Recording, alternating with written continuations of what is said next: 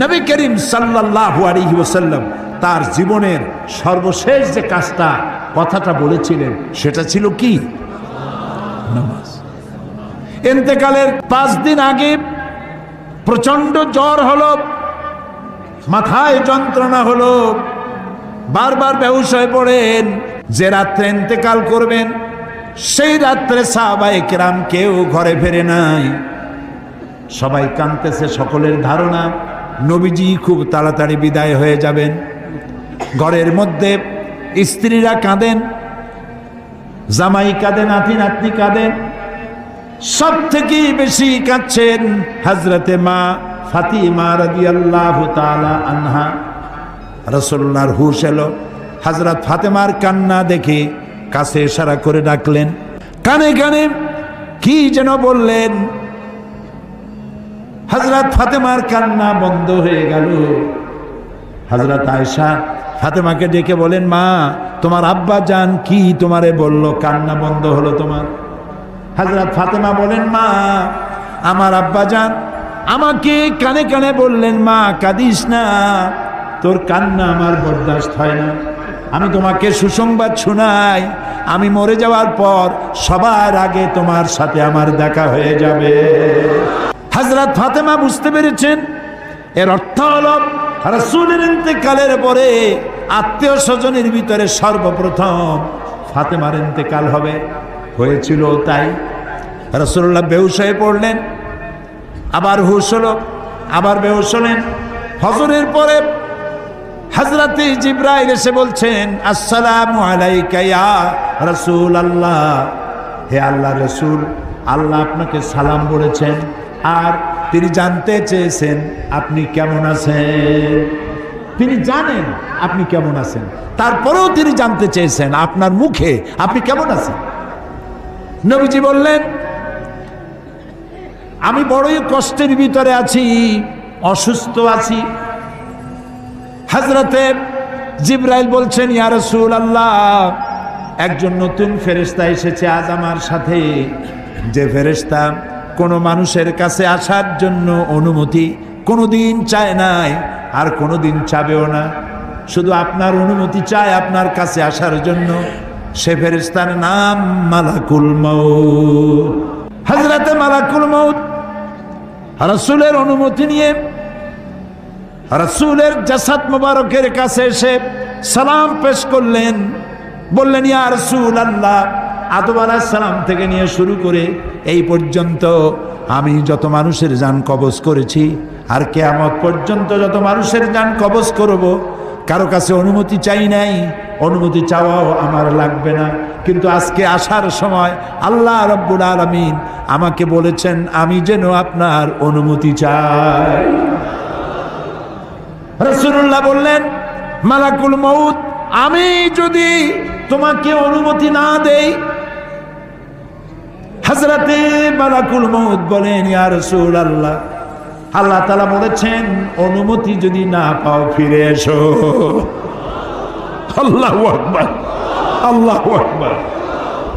হযরতে জিবরাইল বলেন, ইয়া রাসূলুল্লাহ, আল্লাহ রাব্বুল আলামিন আপনার সঙ্গে দিদারের ইন্তজার করতেছেন। নবী বললেন, মালাকুল মউত, তুমি তোমার কাজ শুরু করতে পারো। মালাকুল মউত যখন জান কবজ করতে যাবে, রাসূলুল্লাহ বললেন, আয়েশা একটু কাছে আসো। ওই যে সোনা ছিল কয়েক টুকরা, সোনাগুলোর খবর কি? 6 টুকরা, ছোট্ট ছোট্ট 6টা টুকরা সোনা ছিল, সোনাগুলো কই? হযরত আয়েশা বলেন, আমি তার যত্ন করে রেখেছি। নবীজি বলছেন, এক্ষুনি স্বর্ণ টুকরাগুলি সদকা করে দাও। আমি মুহাম্মদ সাল্লাল্লাহু আলাইহি সাল্লাম আল্লাহর দরবারে এই অবস্থায় উপনীত হতে চাই না যে মুহাম্মদের ঘরের ভিতরে সোনা আছে।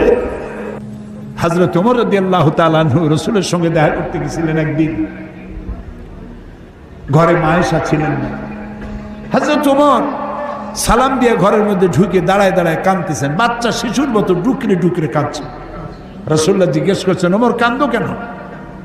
হযরত ওমর বলছেন, আমি বিশ্বনবীর ঘর দেখতেছি, ছোট্ট একটা ঘর, এক কোনায় একটা সরাহি পানি রাখার পাত্র কাইতে হয়ে পড়ে আছে, একটা গ্লাস কাইতে হয়ে পড়ে আছে,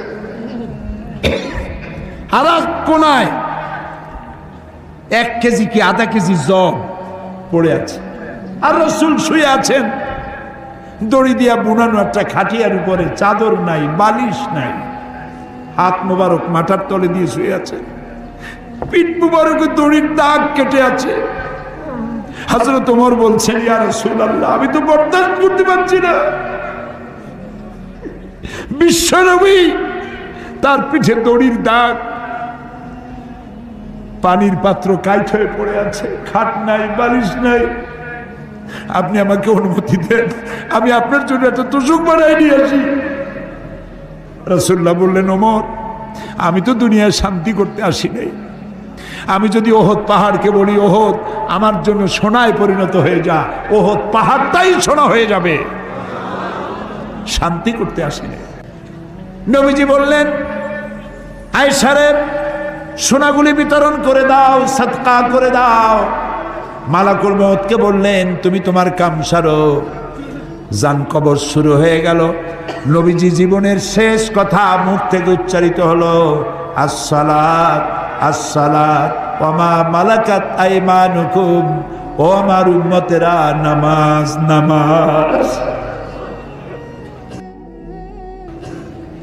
ইন্তেকালের সময় আমার মেয়ের কথা বললেন না, নাতির কথা বললেন না, জামাইয়ের কথা বললেন না, উম্মতকে স্মরণ করালেন, ও আমার উম্মতেরা, নামাজ ছেড়ে দিও না, আর তোমার অধীনস্থ ব্যক্তিদেরকে জ্বালা যন্ত্রণা দিও না, চাকর বাকরের জ্বালা যন্ত্রণা দিও না, গরিব মানুষের দিকে লক্ষ্য রেখো। আর আমি চিরজনমের মধ্যে জ্বালা যন্ত্রণার থেকে বিদায় নিয়ে গেলাম, নামাজ ছেড়ে দিও না। কিয়ামতের দিন ওই রাসূল যদি আমাদেরকে উম্মত বলে পরিচয় না দেন, জান্নাতে যাওয়ার উপায় নাই। আরে গরিব মানুষ, রিক্সাওয়ালা, ভ্যানওয়ালা, কুলি, বউতে আদর করতেছে, আর একটু খাও, মেলা কষ্ট করছে, বউর আদর পাইল, ঘুমাবে, ওর গদি নাই, বালিশ নাই, ওর বালিশটাই ইটের উপরে কাভার দিলে যা হয় তাই, চটের উপরে শুয়া চোখ বুজে গেছে। বড় লোক তো কত রকমের ট্যাবলেট খায়, ঘুম হয় না, কোন ফাঁক দিয়ে গুলিয়ে এসে কলজাটারে ফুটো করে থুয়ে যায়। এর ওইসব চিন্তা নাই, ইট মার্কা বালিশের উপরে শুইছে, এমন গভীর ঘুম এসে গেছে, ওর নাকের গর্জনে ট্রাকের ইঞ্জিন ফেল। কাজী শান্তি হালালে আসে, হারামে আসে না। সেজন্য আপনার ইবাদত হচ্ছে প্রত্যেকটি কাজ আমি করব আল্লাহর হুকুম মাফিক, আল্লাহর হুকুমের বাইরে আমি যাব না। আল্লাহ তাআলা বলেন, তোমরা শ্রেষ্ঠতম জাতি, পৃথিবীর সব থেকে সেরা জাতি, তার নাম মুসলমান। আজকে কি আমি শ্রেষ্ঠ আছি? আছি না, আজ আমি আর শ্রেষ্ঠ নাই, চরিত্র হারাই ফেলেছি।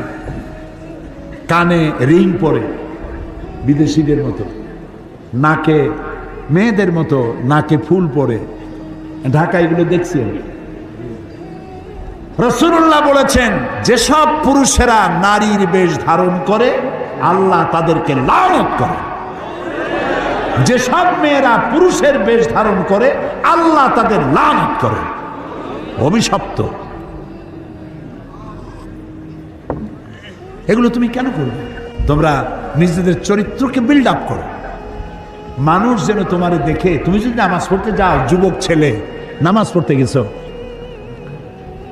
তো নামাজ পড়তে তোমারে দেখিয়া মুসল্লি বুড়া মানুষ, আরে এইসব যুবক নামাজ পড়তে আসছে, আল্লাহ ওর মায়েরে ভালো করো, ওর বাবারে ভালো করো। তোমার মাও দোয়া পাইল, তুমিও